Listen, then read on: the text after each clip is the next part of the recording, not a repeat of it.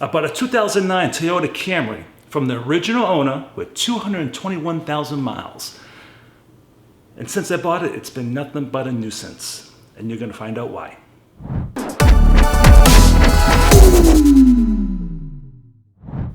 Hey guys, welcome back to my channel. My name is Mike the Baldadonis, and I buy and sell cars as a hobby, and I bring you guys along with me, showing the pros and cons of each vehicle I buy.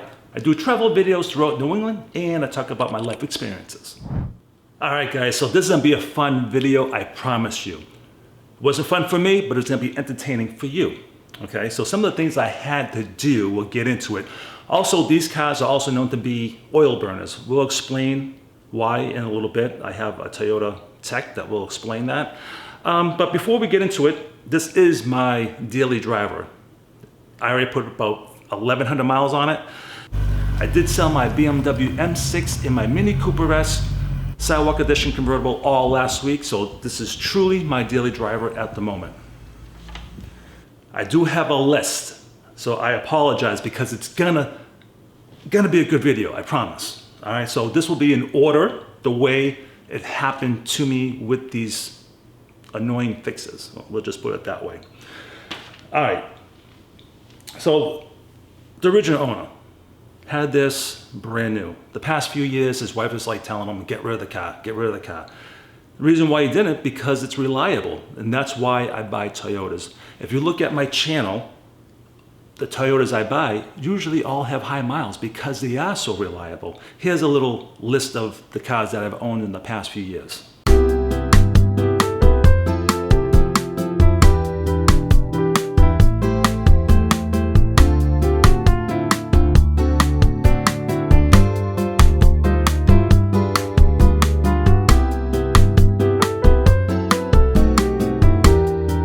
Also, these two cars I sold to my friend, okay? One is a 2001 Solara with 179,000 miles. She's had it for 10 years with no issues, just oil changes, tires, and brakes. That's it. The other one is a 2002 Corolla, but this one is a big oil burner in itself. She's had it for about 4 or 5 years, and the only thing she's had to do is oil changes and front axles. That's it. That's it. Maybe tires, but you get it. Okay, so that car I sold it to with 183,000 miles. It now has 219. All right, that's why I buy high mile Toyotas, because they last. Start it up, bud. Let's hear it.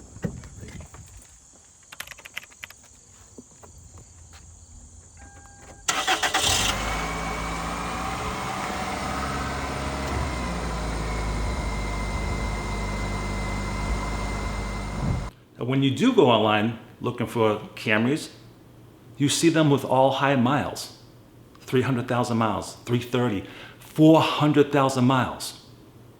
They're just reliable. Okay, so when I bought the car, I took it to my friends at IGA. We put it on the lift, we check it out, we get the oil change and an inspection. So let's take a look.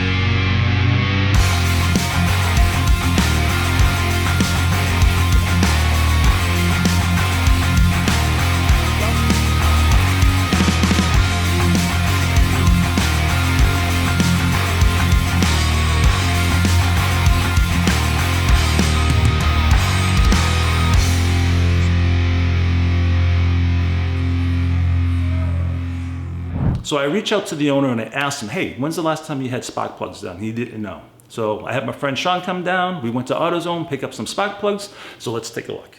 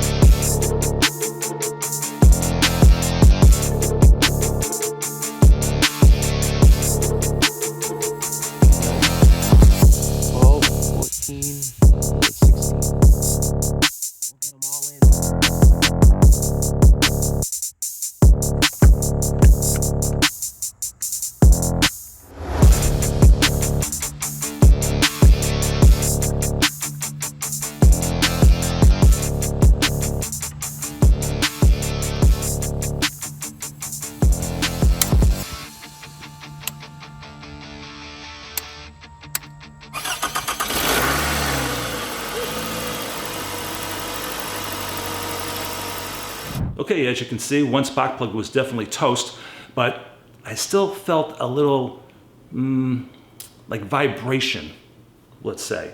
When I come to a light or when I accelerate, I can feel the engine move a little bit. And those are motor mounts. Those are just a common thing that goes wrong with these. So I want to take it to my other friend's shop at Live Free and Drive in Salem, New Hampshire. So let's take a look.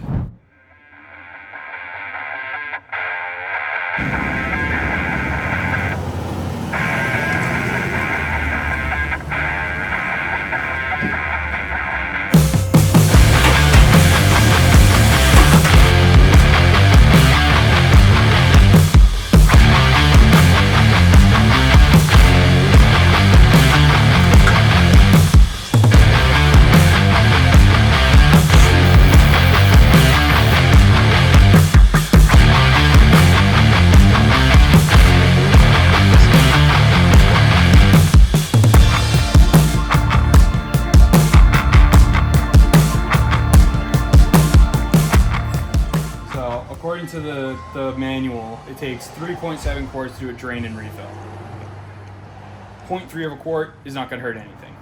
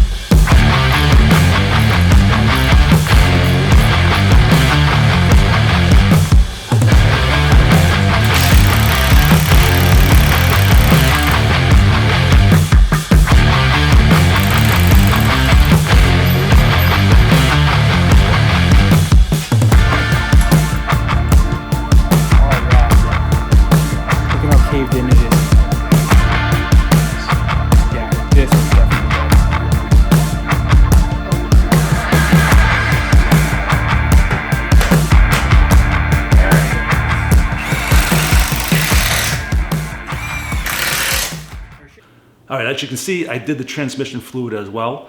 It wasn't that bad, but a fresh 4 quarts does not hurt. But here's where it gets annoying, all right? When it was on the lift, we did the top motor mount. The bottom one, when we were there, you can see it was kind of shitty. So my friend ordered a new part, and when he gave me the bill, it was like $320. I'm like, why are these parts so expensive? I can go online and get them all 4 for 85 bucks. And he was like, well, that's what the stores are charging me. I'm like, all right, whatever. So bear with me, guys, all right? So here's what happens. We drop the car. I start driving. Listen to this, listen to this.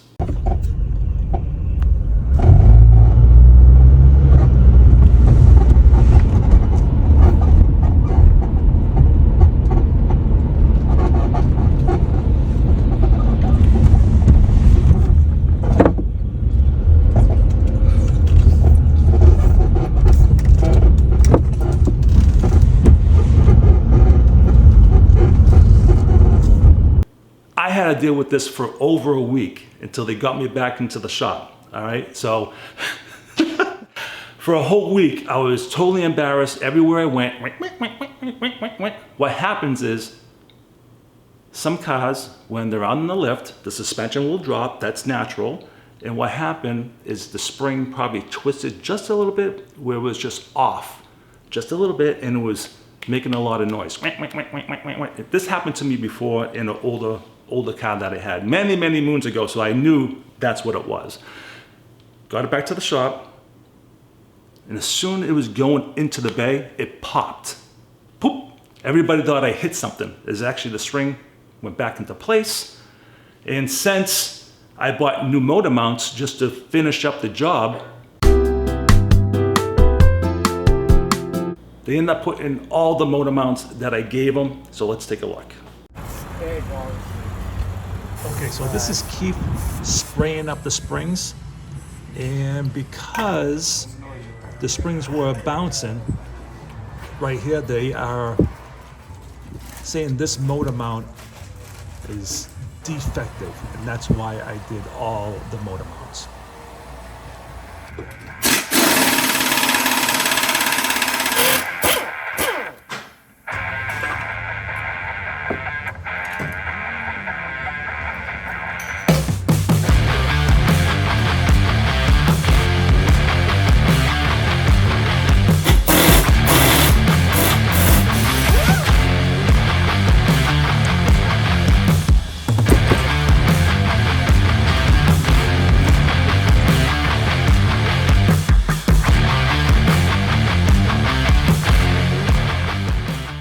So as you can see in this clip, the rims have baked on brake dust. I don't have those strong chemicals at my house, so I had to take it to my friend's detail shop up in Hudson. So let's take a look.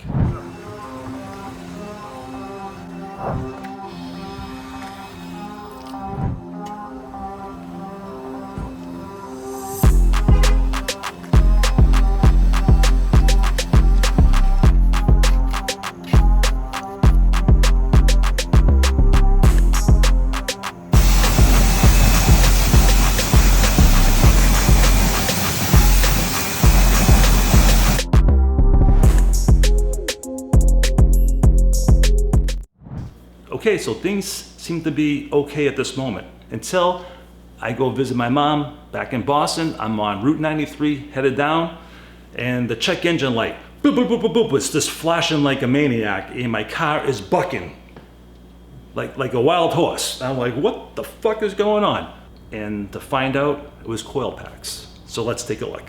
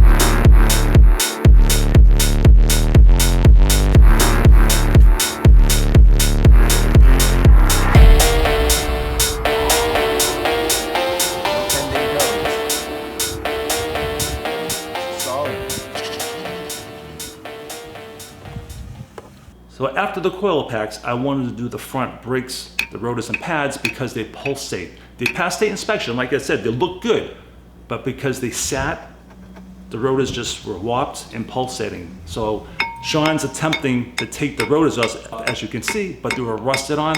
So back to RJA it goes. They tossed the rotors and pads on for me, and then I'm like, all right, cool, the car's done, right? So now it's detail time. So let's take a look.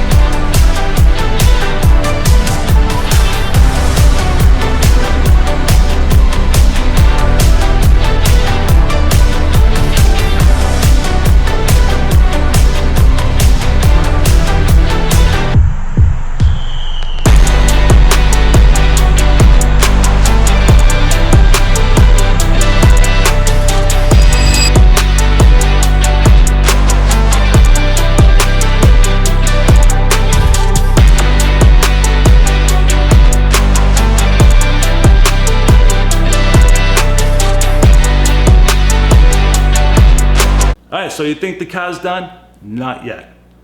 I did check the oil after 1,000 miles. I did use conventional oil. I did not know that the previous owner was putting synthetic oil. So on my next oil change, I'll switch it back. But as you can see in this clip, I only used a half a quart of oil and over 1,000 miles. So let's take a look.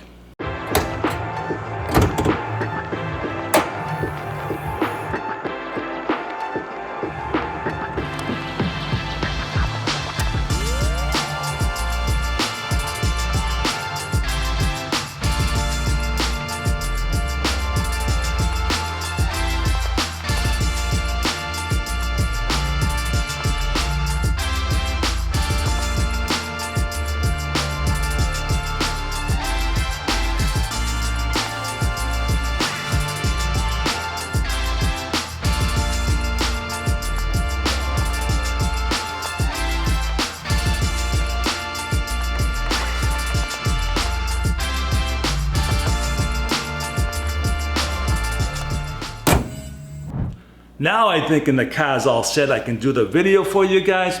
No, the AC shit the bed. Now the owner did tell me that he did recharge it last year and that it may lose the charge eventually.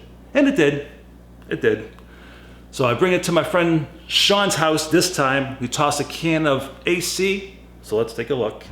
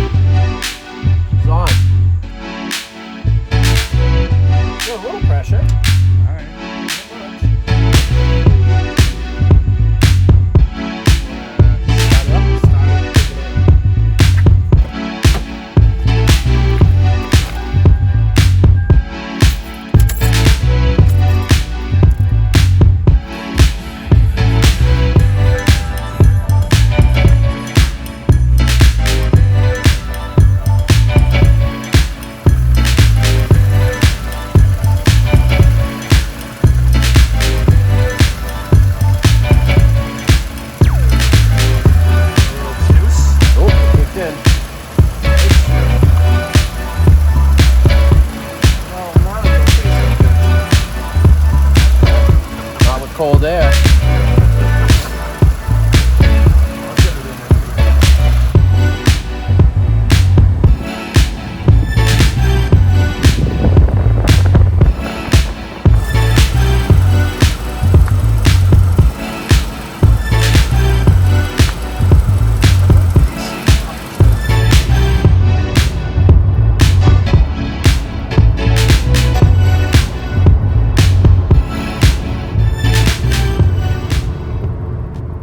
All right, so we're almost done with the video, almost. This is an oil burning motor. Toyota had issues with this. So we're gonna bring it back to Live Free and Drive, where Ethan used to work at Toyota. So he's gonna explain why these engines burned oil. So let's take a look. Hey guys, so this engine Toyota used in all of their vehicles pretty much for I think close to a decade or so. Have a really common oil consumption issue that I learned about when I was spending my time at the Toyota dealer, and these started having oil consumption issues and Toyota started actually rebuilding them. Real easy way to, kind of identify the motor before we go into what Toyota did to test them and fix them. If you come over here and look at the engine oil cap, it actually shows two different engine oil weights on it, 520 and 020. And in our experience, Toyota would never say this, or never backed us up on it, I should say. When people used conventional engine oil on these, over time, the pistons and the cylinder walls would break down. They'd start burning an excessive amount of oil in between oil changes, and Toyota would end up rebuilding. It was such a common problem that you would tear these down to short blocks and rebuild them with new pistons and new rings.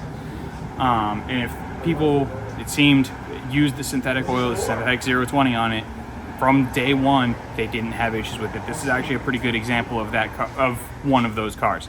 200-something thousand miles on it, used synthetic since day one, still the original engine, hasn't been cracked open. So when we were at Toyota and somebody would be complaining about this, we actually put a tamper-proof sticker seal on the engine oil cap, the oil filter underneath, and the engine drain plug to make sure nobody was messing with it. After doing an oil change and filling it to perfect specifications on the dipstick.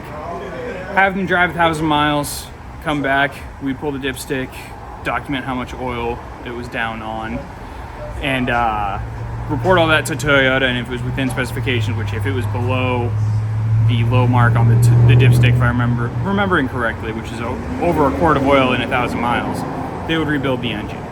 And we'd tear the engine out, tear it all the way down to pulling pistons out of the cylinders, replacing pistons and rings, and inspecting the cylinder walls. If there's any damage on the cylinder walls, they'd actually get a whole new short block. So at the end of the day, you'd end up with a whole new engine. But it was a pretty common thing. I'm not 100% sure that coverage is still going on. I think they're kind of all too old or mileaged out at this point, but it is definitely something to keep an eye out on these engines. They were super common across both Toyota, Lexus, and Scion. I don't really know what more to say, but if you can find one, I mean, it's still a Toyota 4-cylinder. If it was taken care of, it'll run forever. Yeah. All right, so what is a sport package in these models? Well, you have a body kit, you have upgraded 17-inch wheels, you have the little wing on the back, you have sport suspension, believe it or not. It handles better than the stock Camry, and it has a sport interior, or the sport seats. Okay, so you think that my car is all done? No, not yet. Not yet. No. As you can see, there's a couple spots in my driveway. I put a piece of cardboard underneath the engine to see where it was coming from. And then I took it to RGA once again to see what the car, or the leak is coming from, I should say. And it's the power steering. That is leaking. So that will be fixed next week. And hopefully the car is totally done. But I doubt it, okay? This car seems to have a little hold on me, but we'll figure it out. The good thing about these parts, they're cheap. They're inexpensive. Go on Amazon, go to all the parts stores or online. You can get these parts so cheap. It's inexpensive to run. So pros and cons, okay? Let's get into it. Cons, I'm 6'4". This Camry, I have almost no headroom, like a lot of Toyota products. I have to bring the seat back so I can drive it comfortably. Other cons, the oil consumption can happen on a bunch of these models. So when you buy one, see if there's any records of the maintenance, okay? Sun reflection in the morning, off the dash, it blinds you. That is a con as well. And some of these Camrys did have a recall for the dash. They get all sticky from the sun. This one did not get replaced, so it does have some stickiness, and you can see that it has little pieces missing, but he did not jump on that bandwagon to have it replaced, unfortunately. Pros. Like I said a couple seconds ago, parts are inexpensive. These things will last forever. Make sure that you add oil, change your transmission fluid. Just stay on top of it, and these cars will last you a very long time.